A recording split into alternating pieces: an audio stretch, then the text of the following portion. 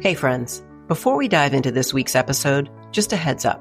Our podcast talks about suicide, sexual abuse, and other trauma, and some of what you hear may be triggering, so please listen with care. This is The Survivors, real stories, raw conversations, and the truth about what it means to keep going after the hardest things. We're so glad you're here. Let's keep surviving together.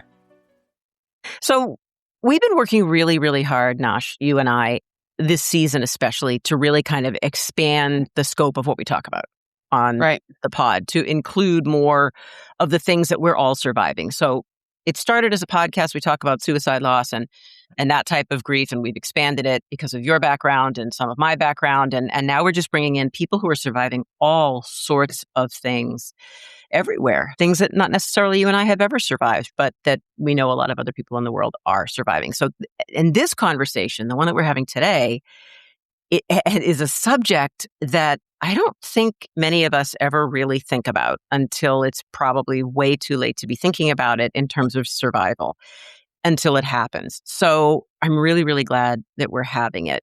Carbon monoxide poisoning is called the silent killer. Yeah. It's been called the silent killer since I was a kid in grade school. It's invisible, it's odorless, it's colorless, and in a matter of just a very few minutes, it can end somebody's life.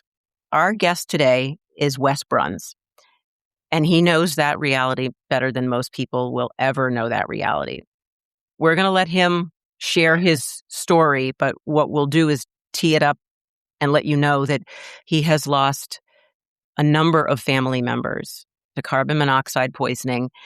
And he himself became critically ill during this whole experience. He'll tell you all about it. More than 30 years later, he's out there in the world. He's sharing what happened, how he rebuilt his life after this. It's an unimaginable kind of loss, and why he's using his story to educate people and ensure that a similar situation doesn't happen to anybody else. So, Wes, hi. We're really glad you're here. Hello. Welcome. How are you, Natasha and Lisa? How are you guys doing? Thank you for having me on. Yeah, I appreciate it. And you said it perfectly. Yeah, I always like to, I just flat out say I shouldn't be here, this conversation. Yeah. Either, or I'd be in a very vegetated state. So grateful and blessed. And to this day, I don't know why I am. As I said, there's a mission, there's a reason I'm here. And I think if I save one life, inspire one person, I've done my job. And I tell you what, this story is really kind of amazed. I'm still in shock why I'm able to do it, but I'm kind of living through my parents and my brother, their legacy.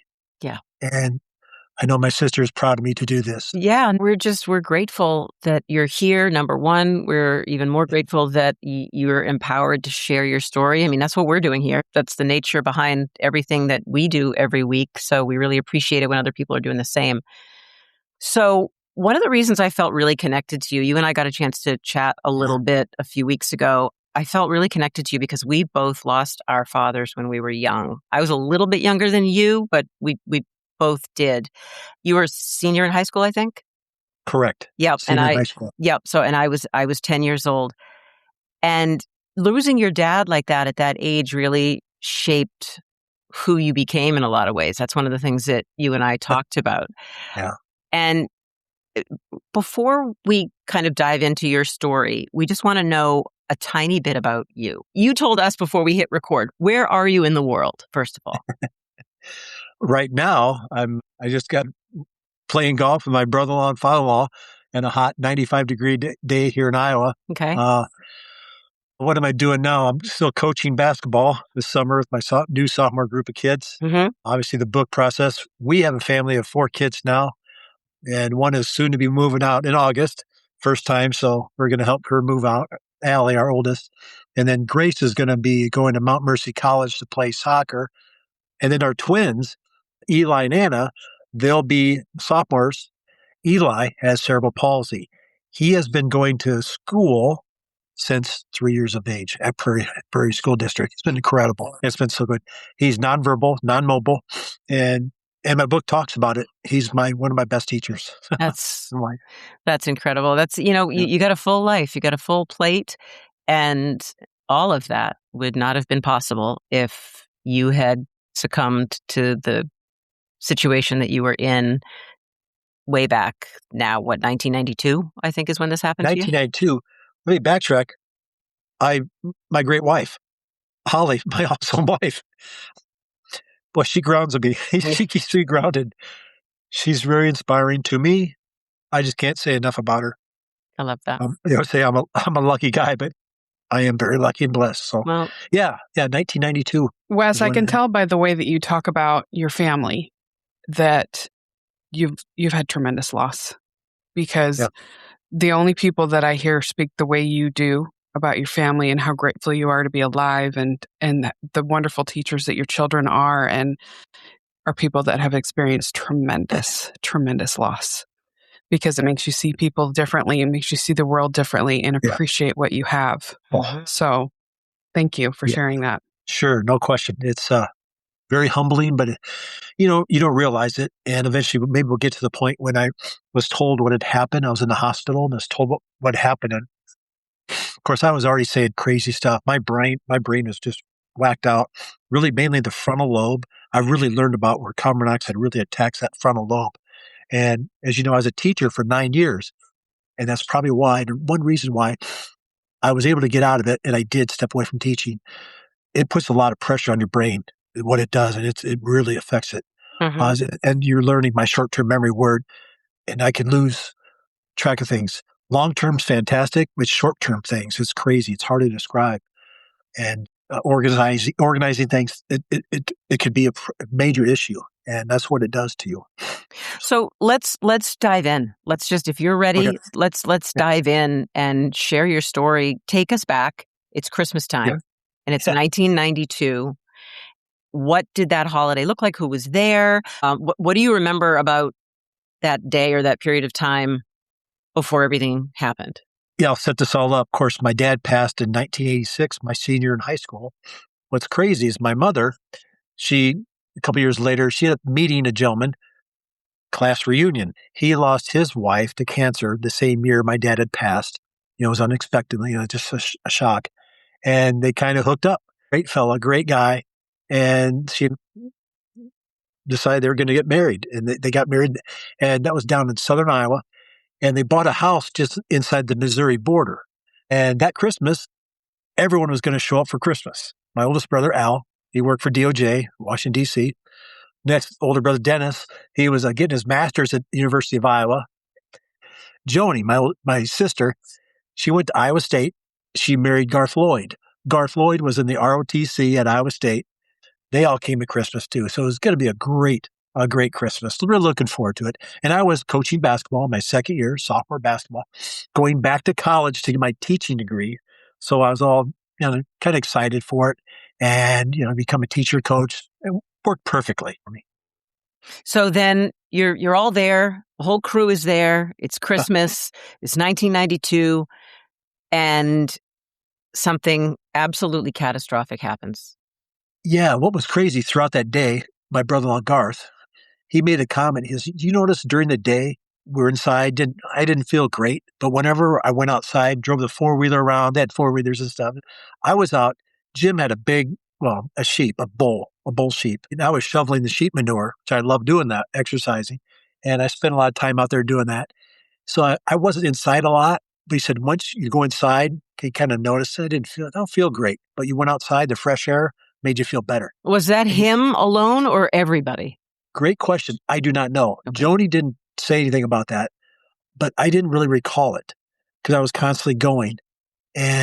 But Garth also made this comment, Morgan and Skylar, about 2 years of age.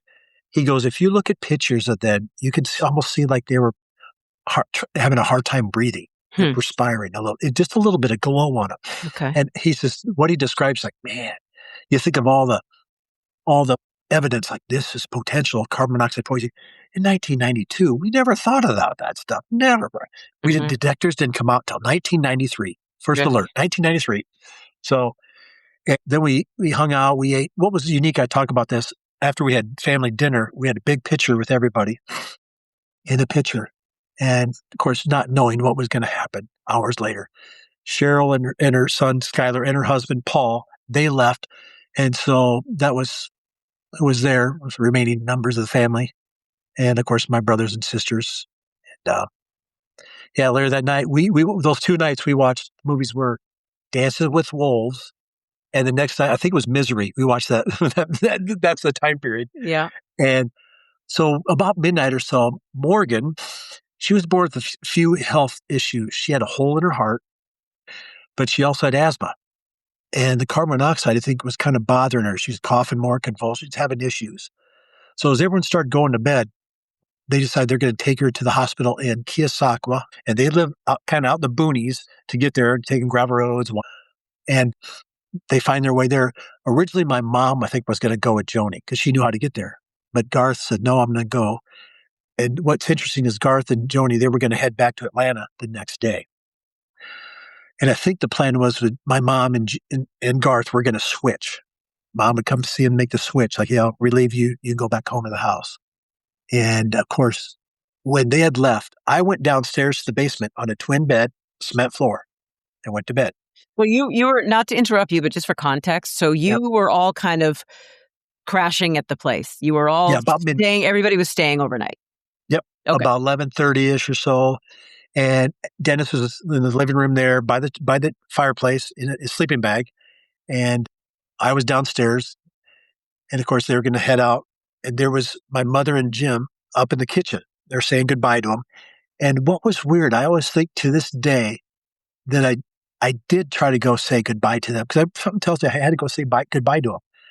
Well, I did because I did try to get up. And they found my body. I just collapsed on the cement floor, gashed my side of my head, which I didn't remember anything. So Garth says this, as they left, the idea was my mother and Garth would switch. When they get to the hospital, I guess, we didn't know this, Joni said, she goes, I had a pulsating headache too, major headache.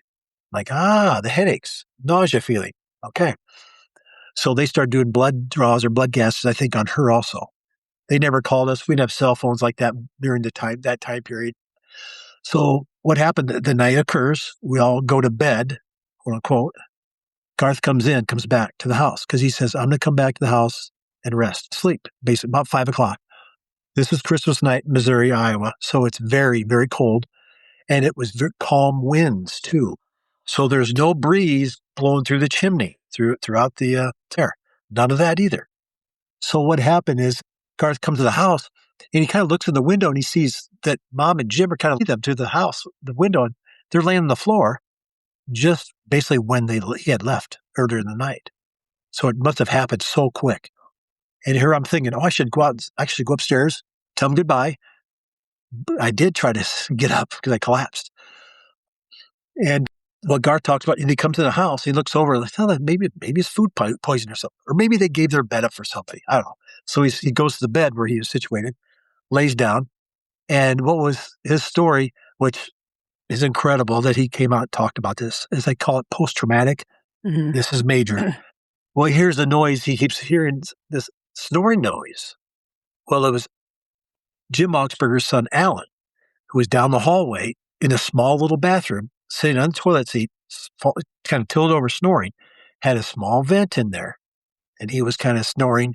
He was out, just usually just hearing this snoring, kind of, that's peculiar. That's kind of strange. He goes back to bed. He's laying there, not knowing as he's laying there, the carbon monoxide is attacking him right now. His muscles, everything. So then within a number of minutes, he hears a loud scream. Well, that's Joni Garth's dog named Salem. She goes, it sounded like a human scream. She went deaf from the carbon monoxide poisoning. It was crazy. Totally deaf. And she screamed, and it just really woke him up. So then he started crawling around at that time, really, what's going on here? Well, it took him a while to move his body. He was crawling to get anything, find bodies, open windows. And of course, he had to get to a phone. And of course, he really didn't know where the location was at. And by that point, he started opening windows, relieving, feel a little better. That took about 45 minutes to an hour for him to move because his body was so carbon monoxide already affected him. And so you have Dennis laying there in the living room, sleeping bag, Salem there on the couch in the living room. I think she lived another 2 years. But anyway, so Garth is trying to get to a phone. He started opening windows, and they called, and Sheriff Snodgrass was on duty. He was soon to retire next week. And he basically asked, where's your location? do you live by the two churches, whatever, Augsburg residents, they recognize it. So they come. First alerters showed up. We had helicopters showed up, 2 ambulances come flying in there. Obviously, first things first, it was suspicious, how did this happen? And as soon as Sheriff Snodgrass showed up, Garth said he was so organized. We got to get everybody in the house. Because Garth goes, at one time I almost forgot about you downstairs because it's chaos. It was chaos. You're opening windows, getting air in there. It was his comment when he came upon bodies. Jim basically found on the kitchen floor, as they collapsed, he caught her laying on the kitchen floor. And he said both of them, they're tainted, turning purple with foaming at the mouth. He goes, I knew you guys were alive. You had vomited, but you were totally out, which I was totally out. I was comatose for 5 days. I was a flatline brain scan. Some say you were dead for 5 days. So anyway, Garth, they all come, they showing up, everyone's kind of doing their job and hustling here and there. And Garth, let's go get Wes. And they took everybody out, bodies out. He goes, I about forgot about you. He goes, you were dead weight. And I drug you up the stairs. And of course, I'd gassed my head on the side of cement. He pulled a part of his rib out from carrying me up the stairs because he later went to the hospital there in Memphis. So the helicopter, they took Alan Augsburger first to the University of Missouri. They thought he was worse off. Okay. Agnes, she was a runner. I also was a runner. Worked out like crazy, 25 years old. And this would save my life. Yeah. But they took Alan to the university first, and they took Agnes and I to St. Louis Hospital in St. Luke's in Chesterfield. So we get there. Of course, he hears 4 dead, 3 unresponsive. Okay. And he gets 2 of us. And Sheriff, the hyperbaric chambers, 2 hours at a time, and then for each day. The first day I was in there, he told me this story. He said, Wes, you were my first patient I did this to. You got your hyperbaric chamber, the first one, pulled you out of there. We did a spinal tap because I was going to check your lactic acid level. By doing that, I see if there's improvement each day, your lactic acid level. Mm-hmm. Okay, so every human being normally, on average, we're at 2 lactic acid levels in our body. It's level 2. When it gets to 4, it's kind of critical, like, whoa, this is not good. His famous number, and he always remembers to this day, I was an 11. Oh my God. Wow. Wes. And that 6 hours of no oxygen on my brain, it's totally hypoxia, all that. I don't know how you're sitting here right now. No. Honestly. Yeah. And you talk about a miracle. Yeah. Yeah. I'd say. And the book talks about Agnes and Alan will tell their own story. So Ag would have been a great writer. And when you talk about the book, and I know you're getting emotional right now, and it's okay. No, These are good. We're getting our own versions of emotional, but I want to make sure everybody understands that the book that you've made reference to a couple of times is the book that you have written about your experience and about this whole ordeal and putting a spotlight on carbon monoxide awareness and I'm sure all the information that anyone would ever need to know to stay safe. And that book is coming out in August. So just so people understand, when you refer back to a book, it's the book that you have written about this experience. I have a question. So we're talking about you being in the hospital, and obviously we know the end of your story is that you survived this. How many passed away? Give us a number. How many altogether? My mother, stepfather, Jim. My mother, Sharon, stepfather, Jim. My 2 older brothers, Al Bruns and Dennis Bruns. I'm so sorry. We're both so sad. So sorry. What was it like waking up, Wes? What was that like for you? I was delirious, and I was telling stories that to me made sense to me, but were a little wacky. Looking for mental health resources that actually fit who you are and where you come from? Then you need to check out the HelpHUB. It's not another generic wellness site. It's a free, inclusive online platform built for real people living real lives. People managing stress, anxiety, depression, trauma and abuse, grief or suicide loss. At the HelpHUB, you'll find the resources, tools, treatment options, and trauma-informed content you need in the moment without having to dig through endless tabs or start from scratch. It's your place to land, to take a breath, and to find exactly what you need when you need it most. Visit thehelphub.co, where the help you need is just a click away.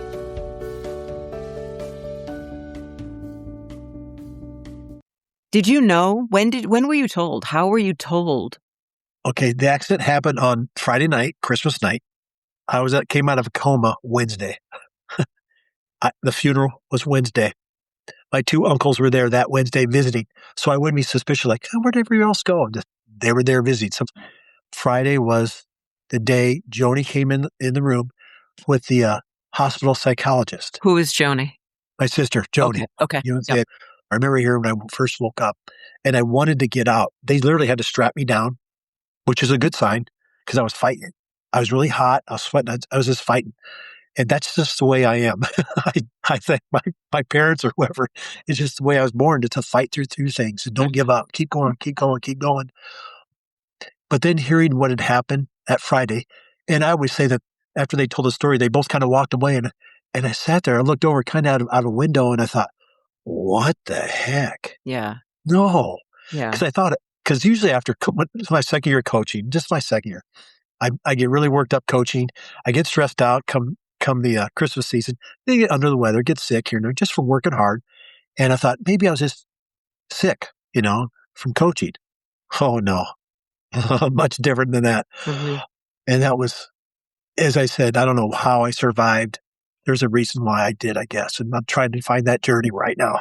Wes, who told you? What was that moment like when you learned about the deaths of all those family members?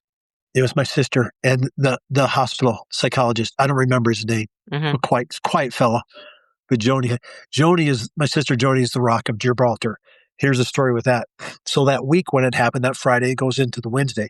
My brother-in-law Garth, who saved my life, pulled us out of there, his 30th birthday was either that Tuesday or Wednesday.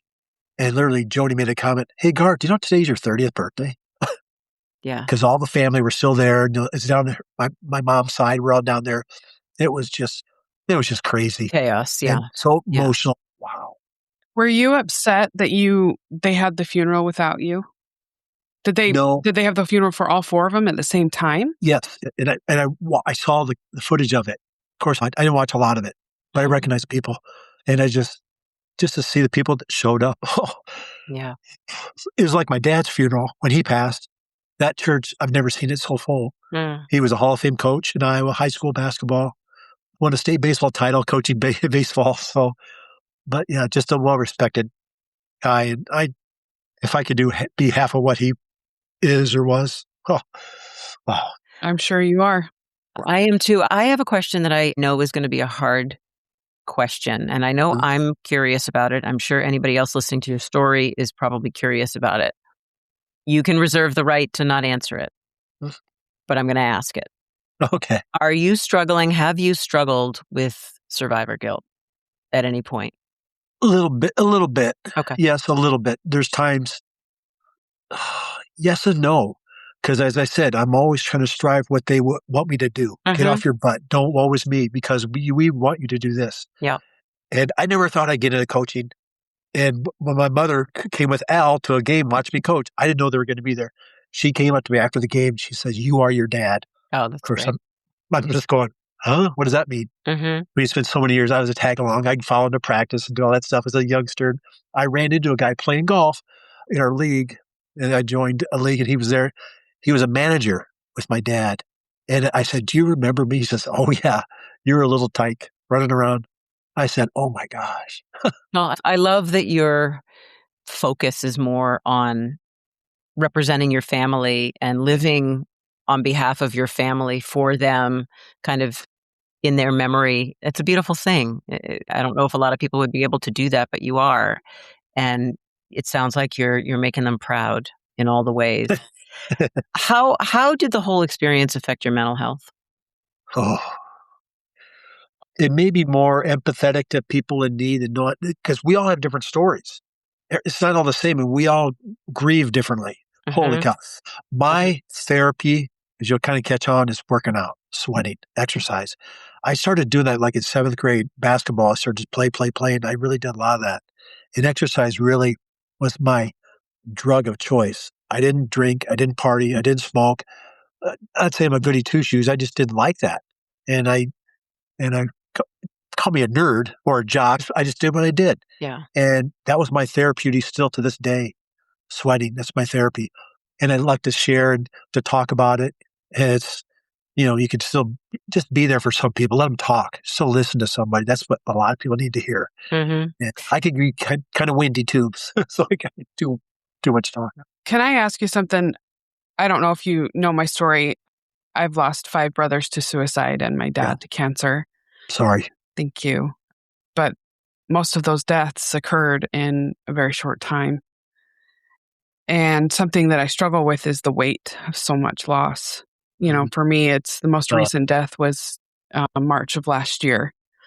That was brother number 5. And so I struggle with the weight of so much loss. Mm-hmm. And so my question to you is, does it get any easier? Oh, let me just tell you, those first few years, Christmases were hell. Yeah. Terrible. And guess what I would do? At LaSalle, I'd go in there and work out. Go work out. I'd run the stairs, do the Airdyne bike as hard as I could. And it was so hard for me.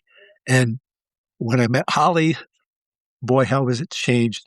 And I married into a great family. Oh my gosh. You've done in so many ways, or are starting to do in so many ways, what Natasha and I have been doing, which is to find purpose in something terrible. It's just tragic. It's life-changing in every way. And you're taking this experience that you've had that I think so few people, like a lot in terms of unusual circumstances, you losing so many family members like you did, and Natasha losing so many like she has, like it's not the norm. And yet you're taking what's happened to you and you're recycling it into something purposeful, into something that can help other people. And you're sharing your story, and it's painful. And you've gotten emotional. I'm getting teary-eyed. It's hard to hear. What made you decide it was time to do that? Great question. Here we go again. That's okay. Mike Fetkether. So when I finished college with a history degree, what are you going to do with the history degree? Law school? I wanted to become a Secret Service agent. So kind of police experience, do all that stuff. So I applied for the Iowa State Patrol that year. I got to the oral board examination, very intense, made it through there. That was the same year that budget cuts. So they didn't hire anybody. So I go back home there at my mom's place, doing things. What did I do for a job? Go back to Cedar Rapids. Well, the LaSalle basketball job opened up, LaSalle High School, sophomore job. And I asked my mom, should I do this? Should I just go interview? So I interviewed. And sure enough, I got hired. And when I remember my first week of practice, whatever, I got my first check. And I thought, you're paying me to do this? I love this. And working with kids, that's where it kind of got me back to go get my teaching. And Mike Fetkether, I owe him a debt of gratitude. He's super. So then how did you kind of unlock this part of you? At what point did you decide to start sharing? Yeah. Short-term memory. So That's Mike, okay. he's on a men's group in his church. Now, on 2 occasions I've gone, about 25 members, Bible study. I came and told him the story. He says, you got to hear this story. Mm-hmm. So I tell the guys the story. Of course, it was very well organized. I was all over the place, divert here and there, which is what I do. And Mike would always kind of step in because he knew how it was. And some of them said, you should put this in a book. Mm-hmm. So this is a movie. And I said, anybody know how to write? And so we talked about it. So this past year, I was the head coach at Service Jefferson High School. I also spoke to Jefferson's wrestling team before their district matches the week before. I did that 2 years back to back. I told them the story.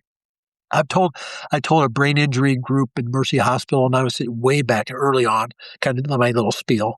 So otherwise, I've told the story, but I think every time I tell the story, it's so therapeutic for me.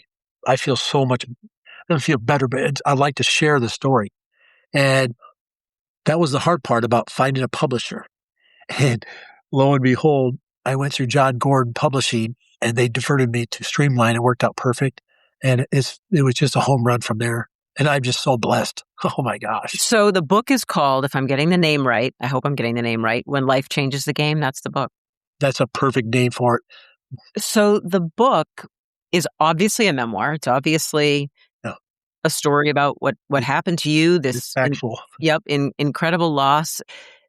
What else did you include in this book? Do you talk about carbon monoxide safety? Do you give resources? We want you to just kind of give people the quick and dirty. All the struggles people affect.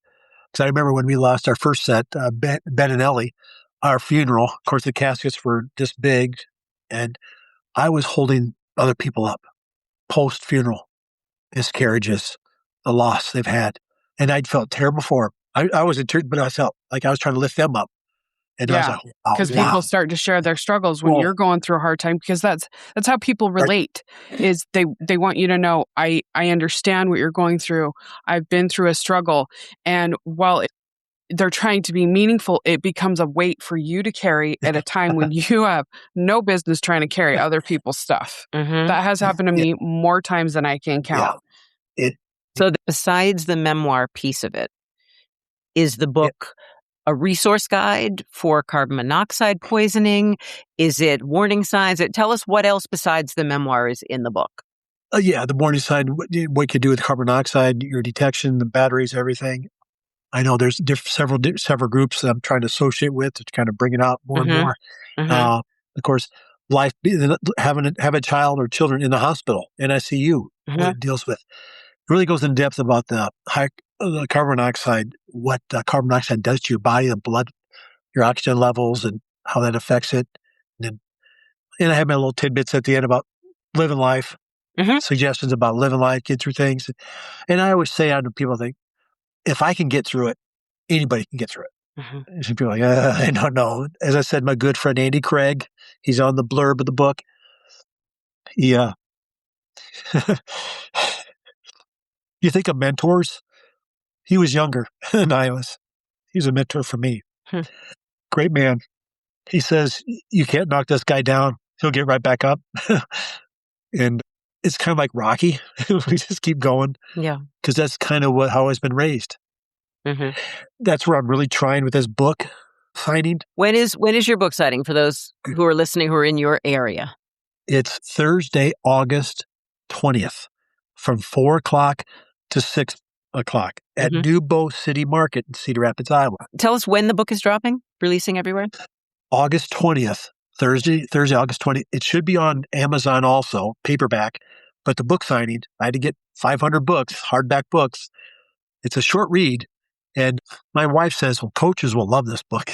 But she says, no, it's my ghostwriter, she says, this should be required reading for all high school kids. Kind of life lessons. I'm adding it to cart because my daughter is starting high school. Yeah. And she is an athlete as well. That'd be really good. Top performer, athletics, and academics. So what's the title of the book again? When Life Changes the Game. I'm going to add to cart. Add that to your cart. All right. So, Wes, as we kind of tie up this conversation and wind down a little bit, a last thought. If somebody listening today has experienced an unexpected and traumatic loss like you have and feels like they're never going to recover from it, what would you say to them? What a great life lesson it is. Life is hard. Mm-hmm. It's not going to be perfect, but you got to do the best you possibly can because it will get better. Mm-hmm. And you just got to take one segment of your life, just one thing at a time.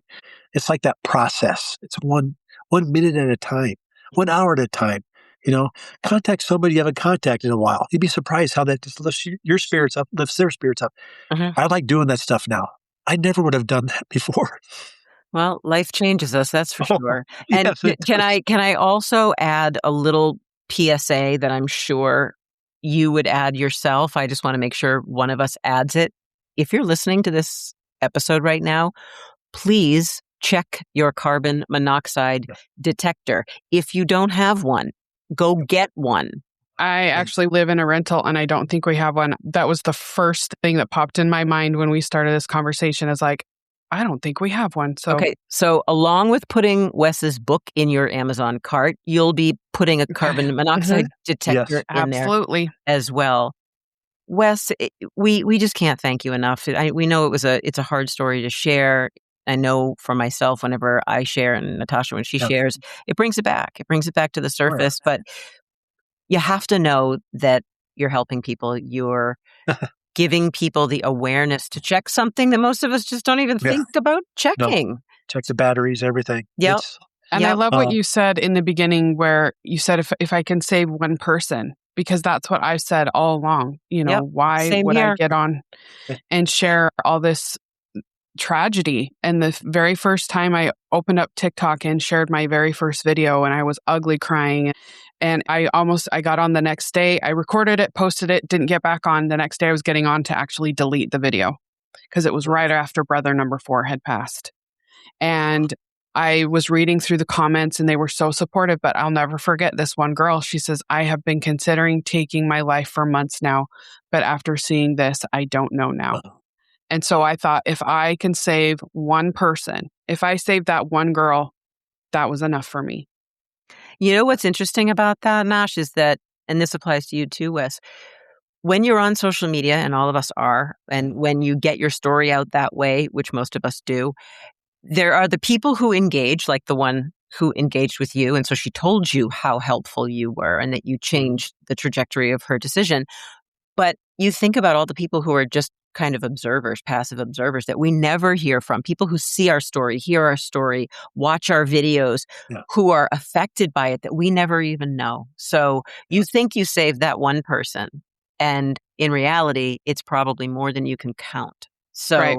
And somebody told me that for every one person that reaches out, there are hundreds that story affected, and then it creates a ripple effect. And so, yeah, it's just like, if those of us that have experienced a tremendous loss can get out there and share our stories, and you never know whose life it's going to change and what life they're going to lead. Who they're going to, I think about those movies where it saves their life and then they go on to be somebody that changes the course of history. Oh, I literally just got body chills as I said that. So, and I love the way you talk about your story and how it just pushes you that much harder. And thank you for sharing that, because I struggle with that so much of the time, is where I was like, where do I go with this? What do I do with this? And I struggle with my own mental health, and to just hear you talk about it, and it really gave me a little extra zhuzh that I've been needing the last several weeks. So thank you.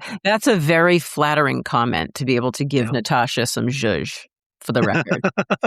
So, Wes, thank you for just trusting us, with your experience. And thank you for helping to protect other people from experiencing the kind of loss that you've experienced. If you're listening to this and you want to learn more about Wes, and you want to pick up a copy of his book, When Life Changes the Game, is coming out in August. We're going to include all of those links in our show notes below, how to reach out to him if you have questions about his story, or if you want to have him come and chat with someone in your orbit about what he's been through. I'm sure he would love that. So, and if today's conversation resonated with you, share it with someone, please, who might need to hear it. That's kind of always our blanket request, because no matter what you're surviving, and clearly this is something unusual, no matter what you're surviving, there's someone else surviving the same kind of a thing, so you're not alone. And we can't hammer that home enough. That's why we're here, and that's why we're doing what we're doing. Can I add one more thing? Anything you want. I know we talked about putting a thing on LinkedIn. That's my goal, is to tell my story on LinkedIn a little bit short, brief story, because I really want to share. I want it nationwide, worldwide, for people to understand. It's real important, because I should not be here telling the story. Well, you are, Wes, for a reason, and you're doing worldwide is happening, because we just had our recent analytics. We are now in 90 plus countries. Good plug. Well done. Yes. Smooth. So everybody out there listening to this worldwide, please take this seriously, and we thank you so much for listening and being a part of our journey and our community. We do. Every time we come on here, we're grateful that there are people on the other end listening to what we have to say. So, Wes, we appreciate you. We're grateful that you're here. Keep doing what you're doing. And friends, We will be back next week. In the meantime, keep surviving. Thanks so much for listening and for being part of the survivors community. No matter where you are in your story, you're not alone, and you're definitely not broken. Healing takes time, and it looks different for everyone. The fact that you're still here and still trying means you're already doing the hard work. If something in today's conversation resonated with you, please share it with someone who might need to hear it too. That's how we keep these conversations going and remind each other that there's always hope. And if you or someone you know is struggling, please remember, help is always out there. You can call or text 988 anytime to reach a trained crisis counselor like me. And for more mental health resources, tools, treatment options, and content to support your mental health, visit the HelpHUB.co. We're so grateful you're part of the Survivors family, and we'll be back next week with another honest conversation about life after the hardest things. Until then, take care of yourself and your people and keep surviving.